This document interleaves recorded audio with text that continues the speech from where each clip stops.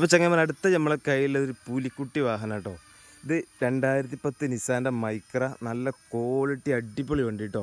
ഇതിനൊക്കെ പെർഫോമൻസ് എന്ന് പറഞ്ഞാൽ സാധാരണ ഞാൻ സ്വിഫ്റ്റ് യൂസ് ചെയ്യുന്ന ആളാണ്, എല്ലാവർക്കും അറിയാം ഞാൻ സ്വിഫ്റ്റ് ഉപയോഗിക്കുന്ന ആളാണെന്നുള്ളത്.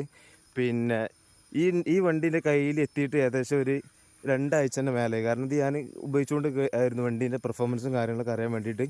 വണ്ടി എന്ന് പറഞ്ഞാൽ മാരക രക്ഷയില്ലാത്തൊരു വണ്ടി, അതായത് എങ്ങോട്ടും പറപ്പിച്ചാൽ പറക്കണ വണ്ടി, നല്ല ചവിട്ടിയാൽ മൂവിങ്ങില്ല വണ്ടി, അതന്നെ നമുക്ക് പറയാം.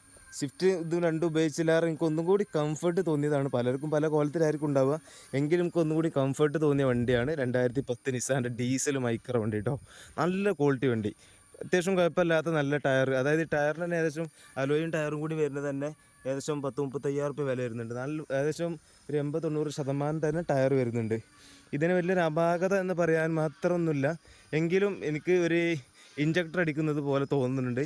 അത് പിന്നെ ഒന്ന് സർവീസ് ചെയ്ത് ഒന്ന് എടുത്ത് ക്ലീൻ ആക്കിയാൽ അത്യാവശ്യം ഫോട്ടോ എടുക്കാൻ പറ്റി നല്ല വണ്ടി, നല്ല മൈലേജുള്ള വണ്ടിയാണ്. 20-20ൻ്റെ മേലൊക്കെ കണ്ടിന്യൂട്ട് മൈലേജ് കിട്ടാവുന്ന വണ്ടി കേട്ടോ.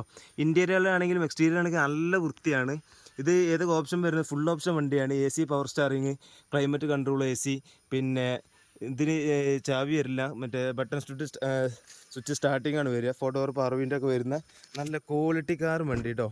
ഇത് നമ്മൾ വേറെ പ്രശ്നങ്ങളോ അപാകാതെ തട്ടുമുട്ടോ റീപ്ലേസ്മെൻറ്റോ ഒന്നുമില്ലാത്ത നല്ല ക്വാളിറ്റി വണ്ടി കേട്ടോ.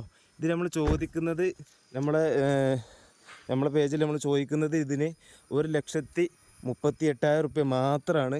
ഇതിൻ്റെ പേപ്പർ വരുന്നത് പിന്നെ 2026 ഓഗസ്റ്റിലാണ് പേപ്പറൊക്കെ വരുന്നത്.